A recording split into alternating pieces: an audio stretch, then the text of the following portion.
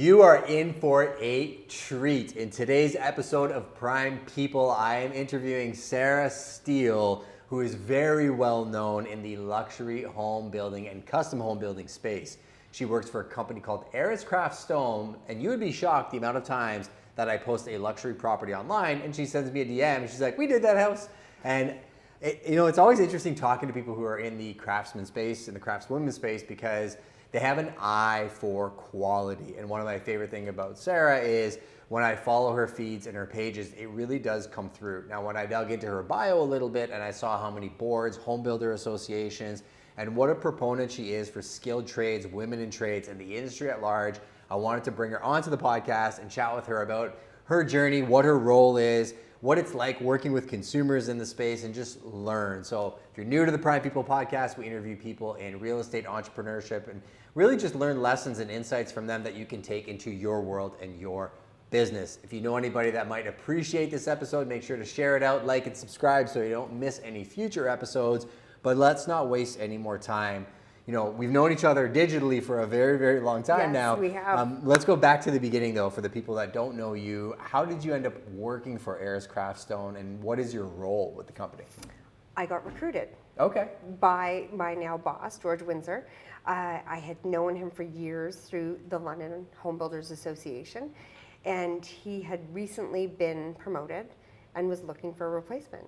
So he approached me and said, would you ever consider switching careers? Not switching careers, switching industries. And I said, maybe, let's talk. So I met with him, told me about the position, told me about what I'd be doing, which was essentially similar to what I did in the plumbing world, okay, but now I'd be in the exterior world. And when you worked in the plumbing world, what were you doing in that space? So as well, luxury sales specialist, so same, wow, dealing in the custom world. Yeah, because I was going to say, if I jump to plumbing, I have friends that are in that industry. I mean, you were spending some money on bathtubs and fixtures. The stone world, we were talking earlier before the podcast, and I almost had to stop the conversation because I wanted to film this.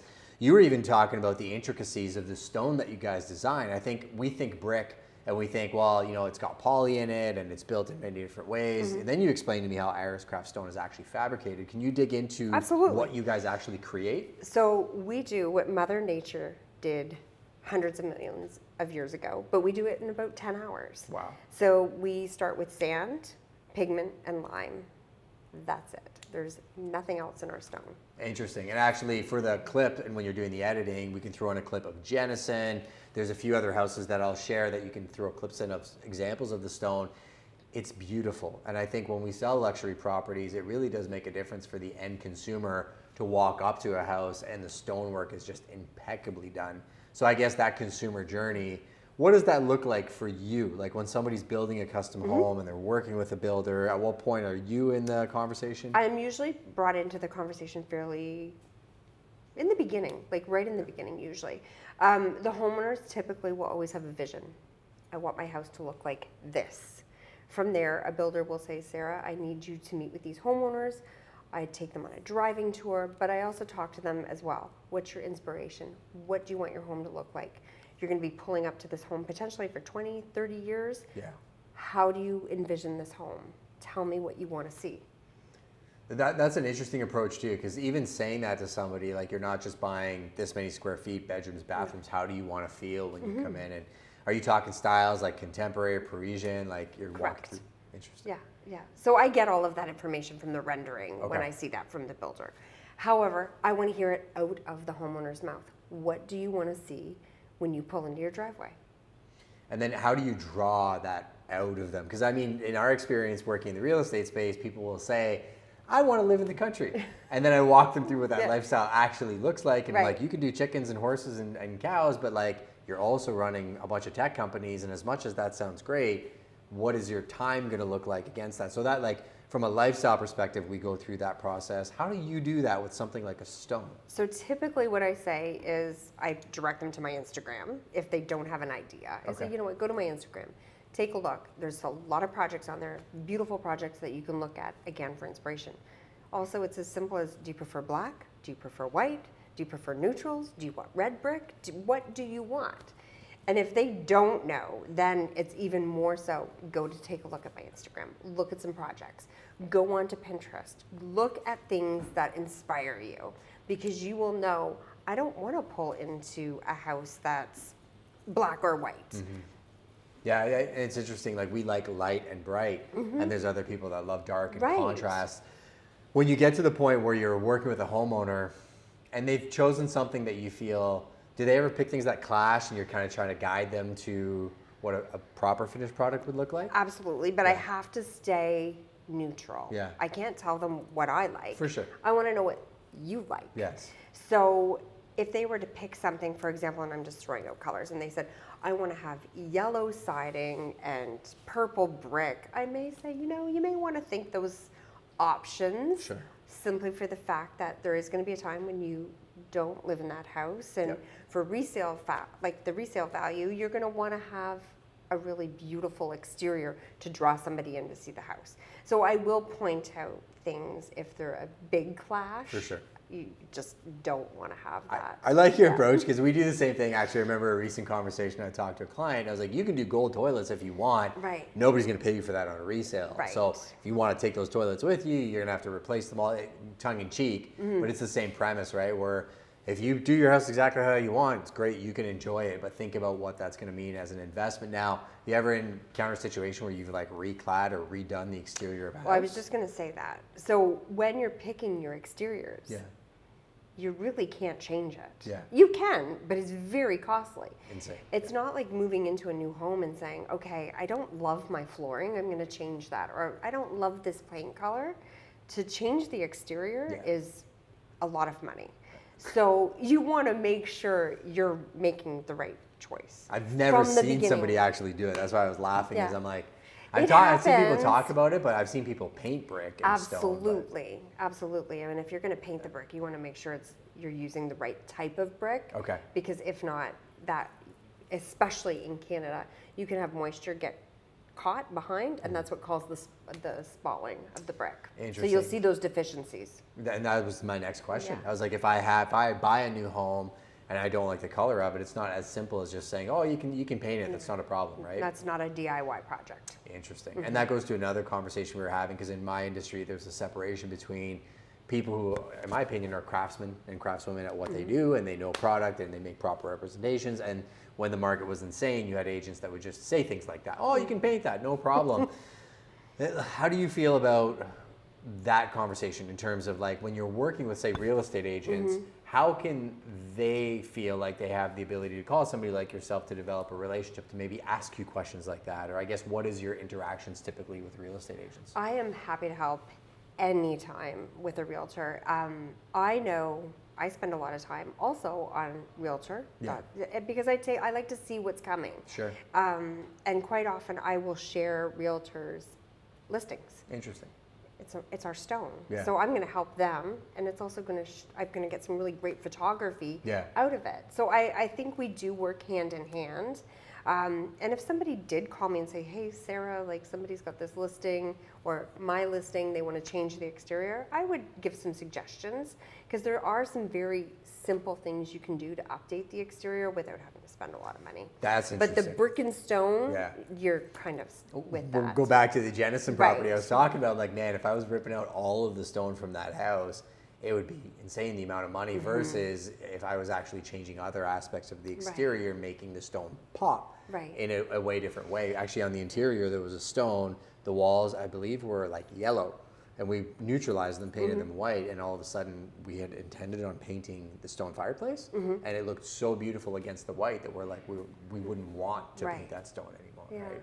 Yeah, no, I'm happy to anytime if somebody, can I get your advice? Absolutely. Even a friend of mine has the salmon pink brick. Okay. And she was going to take it down, and I was like, no, just paint the exterior door, paint your window. Like, just change those things, and that's going to change the look of the house completely. What are your favorite stones and bricks right now? Like colors or palettes or materials? You probably see a lot. I see a lot, but I'm a traditionalist. Okay. That being said, I prefer more of a warmer neutral palette, but you can put that on both a modern designed home and a traditional designed home. And then I guess from looking at probably thousands of houses, From when you got in the industry to today, what trends do you really like, and what do you think, like, where the industry's going in terms of home building? I think you're going to start to see, because of the affordability issues coming in, I think you're going to start to see a lot more towns, stacks going up, mid-rise, low-rise. That's definitely a trend that we're, I think, going to see in Southwestern Ontario. Yeah. I think for a long time we've avoided that, but with land costs being the way they are. So I think we're going to see some shifting into that as well. I think we're also going to hopefully see more bungalows. Yeah. Yeah, I think for usability and livability too, seniors, even attached bungalows. Before, people didn't want anything attached. Now we're seeing communities being designed. We were just talking about Domus, their project at Landingsport Stanley. We're noticing like that community is developing its own culture. It is. Now that they have the pool, you have neighbors that know each other. Like I kind of like that aspect of it. And people like Domus, they always get creative with their exteriors, where it doesn't feel like it's just another project. Before I worked with them, I remember driving by the Good Life and their project on Fanshawe Park Road. I'm like, I feel like I'm in like Brooklyn. I'm like, this is so different, right? And I always get appreciation for stuff like that. They're a big supporter of Arriscraft and Canada Brick, and they've used our product for years. So that project you are referencing, it is our material. That's awesome. Yeah. We have footage of that one too. I'll give it to you to actually clip into it. It is still one of my favorite buildings in London, and I think that's why we like working with them, and that's why I wanted to bring you on the podcast. Was we like people who appreciate their craft, no pun intended. Yeah. Going back to you getting into the industry, what was your on-ramp like? Like, what did you have to learn? Talk about kind of your experience getting to the point that you're at now. So I'm going to say it's osmosis. My mom worked in residential construction in housing sales for a large builder here in London. Interesting.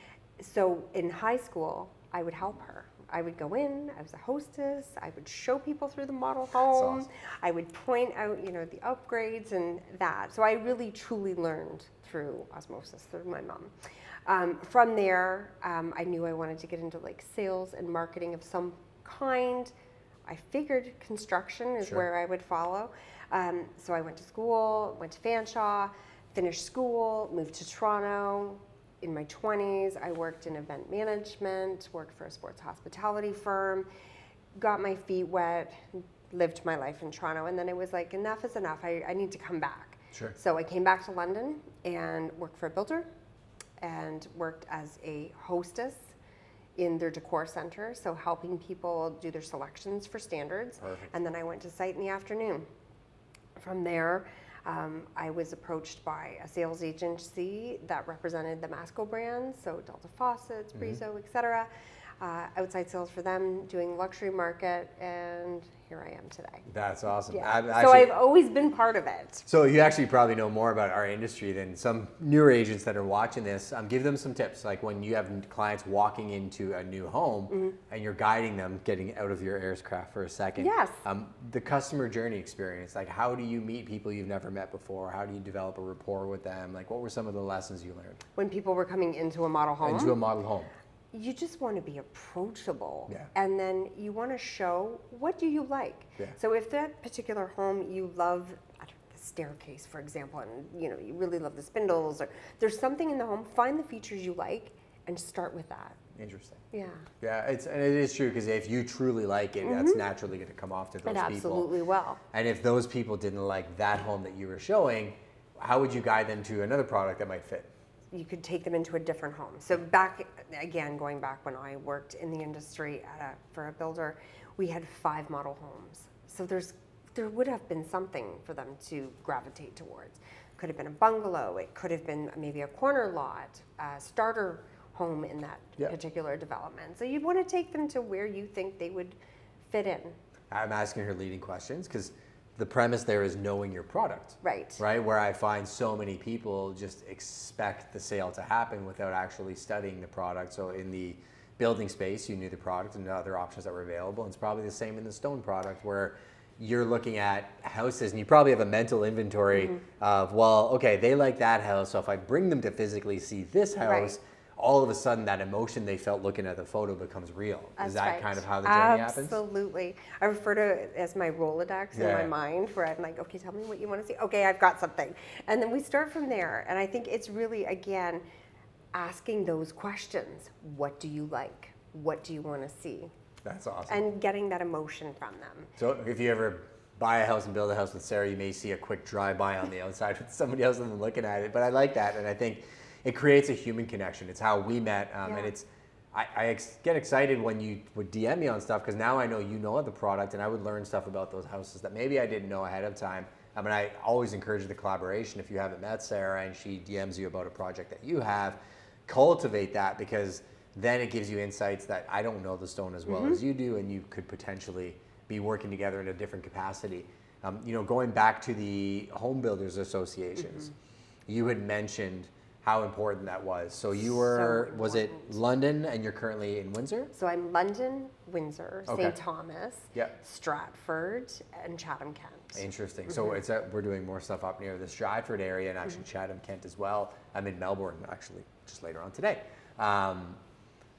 What does the HBA, or what does the Home Builder Association mean to you, and why do you think it's important? I will say that I honestly am sitting where I am today because of the relationships at the HBA level. It got me into the room, and at the time, there wasn't a lot of females in the room, so we kind of would gravitate together. But it gave me the credibility to be able to, and confidence to be able to talk to a builder, talk to a developer, or to just talk to anyone. And it really helped me find my path. And I remember the first meeting I went to for London home builders, they said, in order to get something out of this, you need to volunteer. So my background was event management.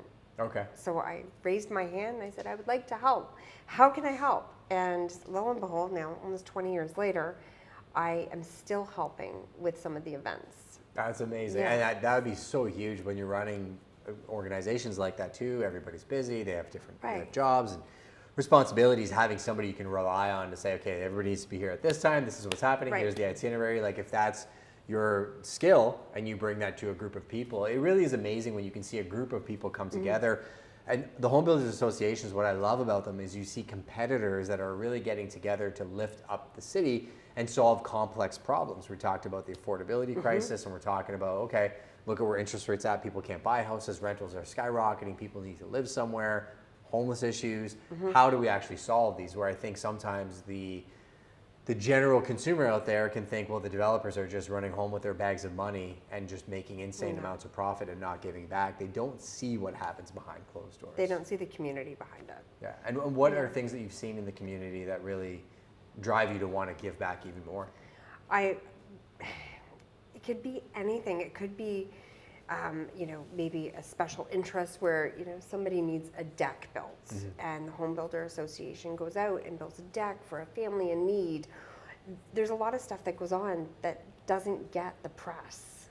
Yeah. And they give back to the community. I mean, every one of the builders are part of that, even if it's through, the Lottery Dream Home, or again, community sponsorship of a team for youth sports, or it's endless, but they do a lot of behind the scenes, and you're right. People just say, "Oh, they're going home with their bags of money." That's not the case. And it's interesting because there's good and bad people in every single industry.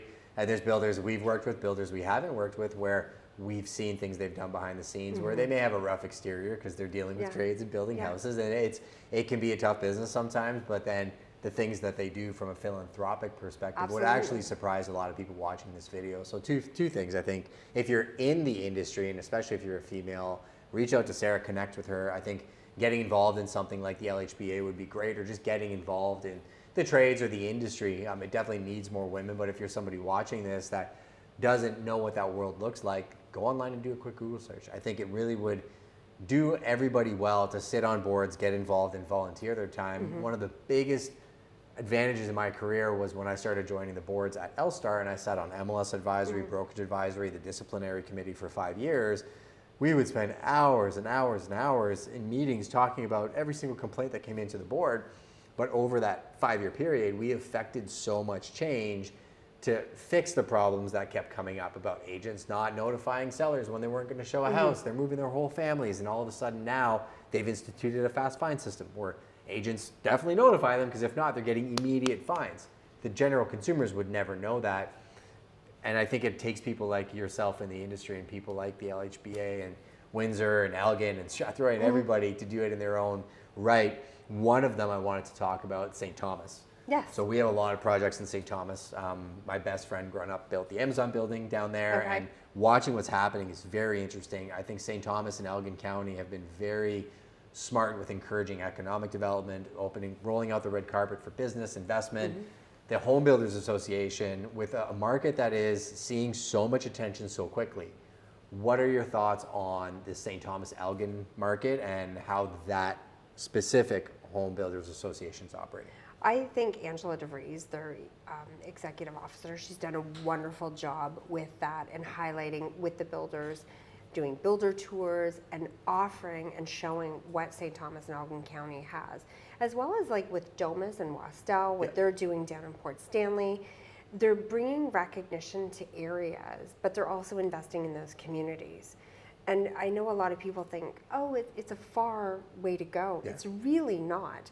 If you're in the south end of London, you're 20 minutes to St. Thomas, if that, and then another 10 down to Port. So they're really expanding outside of London and showing what great areas we have in St. Thomas, in Port Stanley, in Mount Bridges, any of the outlying areas, Dorchester. Yeah, very much so. It's the GLA, right? It's the greater London area. And I even think London needs to get a little bit competitive to understand that we were the primary market for a long time, and we do a lot of work in Port Stanley and St. Thomas. We always have.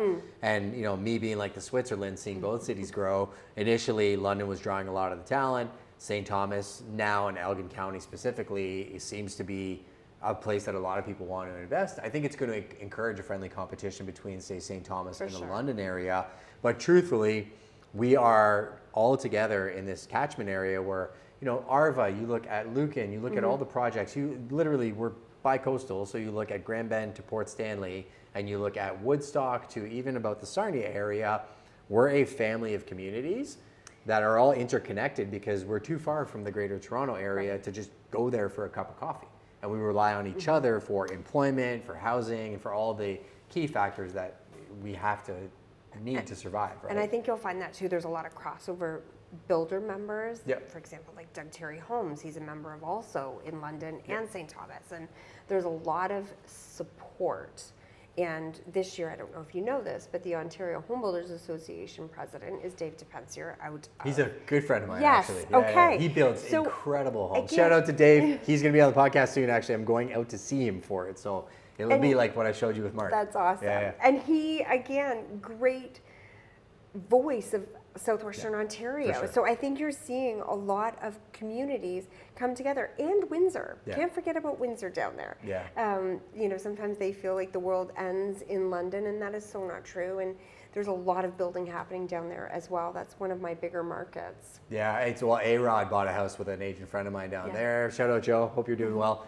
And I know that the Windsor market is thriving. It's interesting because you see a separation kind of between what's happening in Windsor and Sarnia. But again, we're Canadian. We're all in that Southwestern corridor. I've been so inspired watching your content over the past couple of years. And I think just the nature of how you approach the business inspires me. The Home Builders Association, I really wanted to highlight that as well. Larry Clay was on the podcast. So he was the past president of the Canadian Home Builders Association.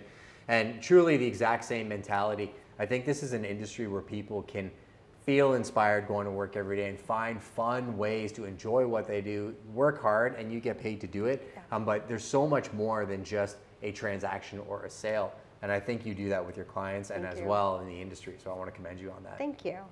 So thank you, Sarah, for coming on the Prime People podcast. We'll definitely connect you with anybody who's interested. Send me a DM, or her links will be included in the recording. If you've seen this podcast before, leave a rating or review. We pull a prize every month for somebody in the Prime Nation. If you're new, just make sure to hit that subscribe button, share the episode with one person that you think may appreciate it, and more than anything, connect with Sarah directly. You can go to Instagram and you can find her. What's the Instagram account name? Stone and Brick Girl. Stone Brick Girl. Send her a DM. Send her all your ideas. If you're building a house, connect with her as well. And we'll see you on the next episode.